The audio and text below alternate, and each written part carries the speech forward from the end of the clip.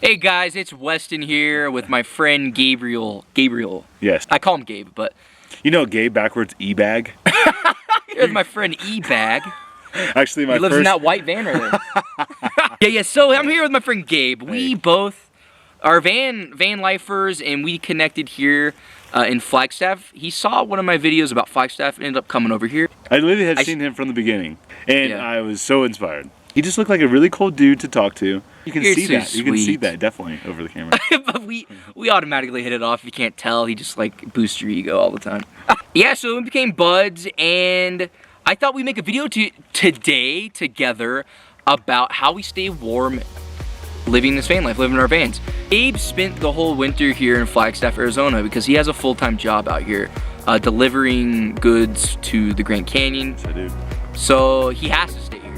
I work for my computer, so I ended up dipping out, going to warmer weather, following the weather. Went to California for a month or two and stayed away from the cold. But he was here and endured, what, 7-degree weather? Yeah, we had about 4 or 5 really big snowstorms. So it wasn't too bad of a winter actually, but there were nights where I remember looking on my phone, 4 degrees. And 4 degrees. Waking up and having your breath be frosted and looking at your sleeping bag and seeing this pool of frozen slobber. Frozen drool. You know, Gabe's experienced it all, and I thought he'd had a lot of value to give. You toughed it out. You endured it. It's honestly very impressive. Thank you. Yeah, so this video is just going to be going over how we stay warm. We're, you know, I guess we're not experts, but we live this life. So we'll tell you what we do.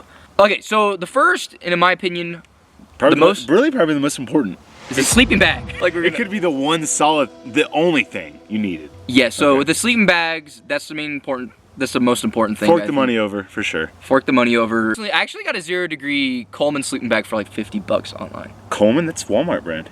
Well, what I mean is that's... Say it works! He's a basic bitch.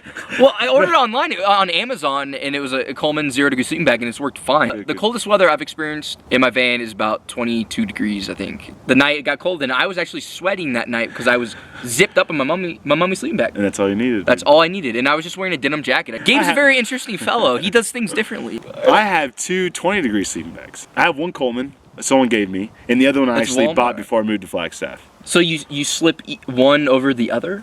I do. One's a square one, one's the mummy. Yeah, according to his math, when you double up on 2 20s, it equals 10 degrees. 10. That's probably not even accurate, but it works. And so sleeping bags have really helped you I mean, it's cold. And people go, how do you do it? Like, oh, I maintained. It's definitely difficult, but there's a point where you're just like, this doesn't affect me. And you tell yourself, it doesn't affect you. And guess what? It doesn't affect you. I got this from my friend Cooper. I am temperature. Just scream it like 5 times. I am temperature. And then you're not cold anymore. Yeah, and then the cold goes away. It does go away. No, it doesn't. Temporarily, your body's still getting cold. Absolutely. Yeah, but you're still cold. Yeah. But the cool thing with sleeping bags is they're all rated for different temperatures. So you, depending on where you're at, you can get a sleeping bag, what, like negative 40 degrees, like Arctic I don't know weather. about 40, but yeah, they do make Arctic sleeping bags, and they're like way pricey. They're super expensive, but... Stick to the 0 area, because if you do need extra, you can also buy like a wool liner, which adds 10 degrees. Another thing is clothing, how important clothing is. I came from Florida, where the temperature is always hot. He came from Texas, always hot, both humid areas. And I realized how important having layers in the proper jackets. Layers for sure. I do thermals, merino wool thermals, wool socks, and then I have a down jacket that I throw over top too. So okay, cool, perfect. Yeah, okay. So Gabe, we had a conversation. He ended up talking about how hard it is for him to wake up and get out of the sleeping bag, and I find out he's been sleeping in his underwear. So he's getting out into 8-degree weather in his underwear, and I thought it was just ridiculous because. Literally, when you unzip that thing and you step out in your shirt and your underwear, it's just like, ugh. And I immediately run to the car or the van and start it. Meditate. I always have to meditate in the morning. That's the hardest part. But when I'm in the sleeping bag, it's. Do you meditate every morning? Not every morning. Not every morning. Every afternoon. That's the harder one. Me, I do not sleep in my underwear or naked or anything. I sleep fully clothed with my layers on. So even sometimes when it's below freezing, I can just sleep with my sleeping bag open. Yeah, but look at the flexibility that I have. What does that mean? What does that have to do with anything? I like to sleep in my underwear. I like to sleep in my underwear because I don't like to be constricted. I'm already in a mummy bag and a thing and another sleeping bag. I don't want another layer of clothes. I don't know. For me, it's not a problem. So what do you have for clothing? For me, for clothing, I will wear just some generic cheap thermals I got at Walmart. And I'll wear a sweater, and then I'll wear my jacket, my denim jacket, and then if it's really cold, I got a Patagonia insulated windbreaker waterproof jacket, which I just got, which is pretty cool. And that's fine. And when I first got here a couple weeks ago, it was getting below freezing, like 28 degrees. And I didn't even really need a sleeping bag. I just had my legs in the sleeping bag and had my whole upper body outside the sleeping bag because I had proper clothing on, and I was fully clothed. I'm not in my underwear. No. My advice for the cold: learn how to sleep in your clothing. And my advice is to practice cold resistance. Tough it out, man. Tough it out. Don't just tell yourself you're not cold. Okay, now, guys. Oh God. We had like 15 conversations about this. The heater. He was concerned. I really appreciate your concern. I'm always concerned, especially for Gabe. Gabriel. The reason I'm worried about Gabriel is because he does not take any regular precautions to saving his own freaking life. He runs a heater all night long in his van with minimal ventilation and no carbon monoxide detector. None. None. Haven't needed it. He has a buddy heater, Mr. Buddy Heater, and no carbon monoxide detector. And I'm running off a 20-pound propane tank.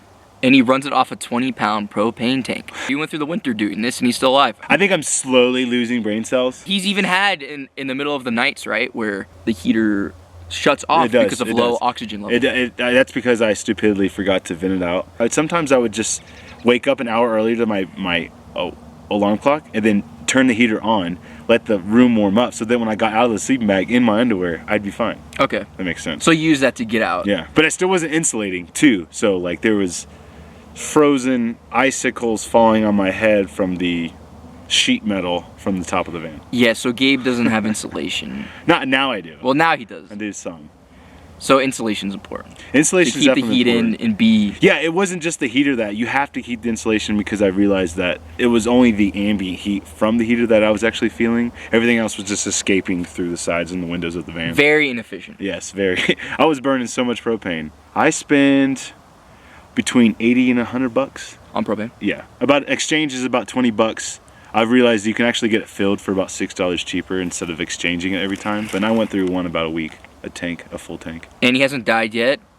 And you seem the same since I first met you. Yeah. Like he's still there. No, I'm not. He was like this gone. from the beginning. Yeah, and the heater's been working for you. Absolutely. It keeps you warm, and it makes him able to still just sleep in his underwear, which he prefers, and will not conform to sleeping in his jacket. But I check for leaks. Like I'm not completely irresponsible. You sniff your nose. I get my nose in there. And if I don't smell propane, I'm good. And sometimes, I've never done this, but I heard you can just take a water bottle with soap in it see if it's bubbling. Spray fluids bubble. But why I think it's cool hearing Gabe's perspective. The reason I think it's valuable hearing how Gabe wasn't very cautious, he doesn't have a monoxide detector, is that he still hasn't died. Yeah.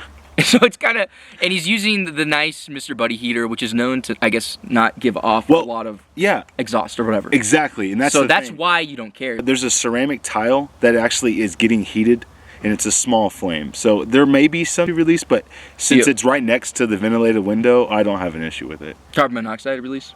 I don't think. Yeah, I don't feel like it's a big enough issue. He's very ballsy and reckless. So now that you've learned this, you're going to start using heater next winter. No, I will not.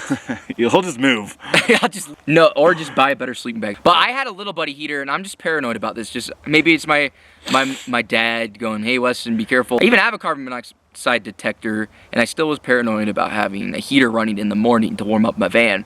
And I ended up just donating it. Right when I got a sleeping bag, I get into the driver's seat and go to the gym. Straight to the gym. Yeah. I sometimes meditate in the parking lot. You know, you probably should have given me the monoxide detector.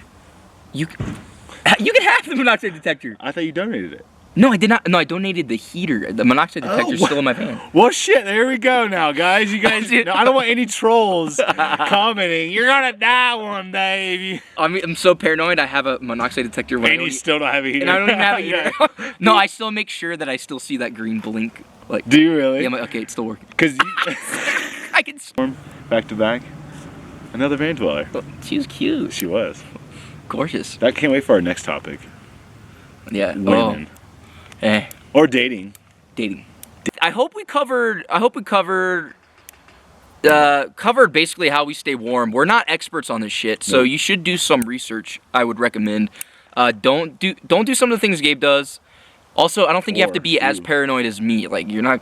It really wasn't that bad. It really wasn't that bad.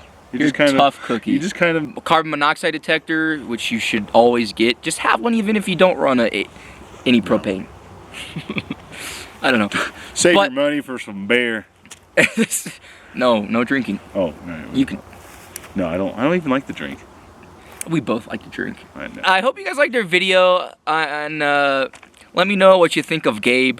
I'm just kidding. Yeah, this was just a casual, silly video. Thank you, Gabe. Thank you. Gabe, you're a great dude, and I love you, and you just make Flagstaff even better. Oh, gosh. Thank you, brother. Thank you. Diversity. Let's take like a survival guy, survival dude class. That's so cool. I'm so down. But hey guys, basically that was our video, and I hope you guys liked it, and be sure to, like, comment, subscribe, and later, friends. Yeah, I think we did good. That was fantastic.